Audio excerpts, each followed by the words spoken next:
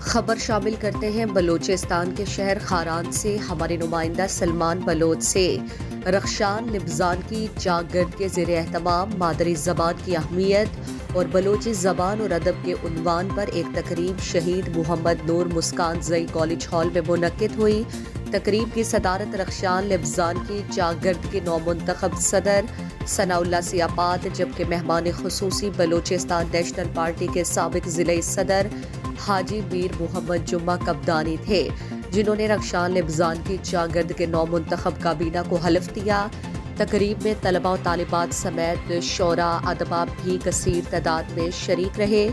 تقریب سے حاجی میر جمعہ قبدانی، رخشان لبزان کی چاگرد کے صدر ثناء سیاپات، ایف جے فیضی، مسلم شفیع، عتیق ارشاد، عتیق بلوچ، بے برگ بلوچ، ڈاکٹر اصغر نودربر، شکور گہرام زئی نے خطاب کرتے ہوئے کہا کہ قوم قتل اور غارت گری سے ختم نہیں ہو سکتی، بلکہ اپنی زبان اور ثقافت اور قومی سوچ اور اقدار کو پس پشت رکھنے کی وجہ سے اپنی تاریخی اہمیت کھو دیتے ہیں۔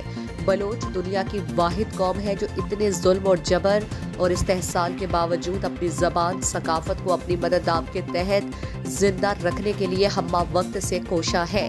انہوں نے کہا کہ رخشان لبزان کی چاگرد کا قیام ایک خوش آئند عمل ہے، جس سے نوجوانوں کی تخلیقی سوچ اور قومی شعور کو پروان چڑھانے اور بلوچی زبان اور ادب کی آبیاری میں مدد ملے گی۔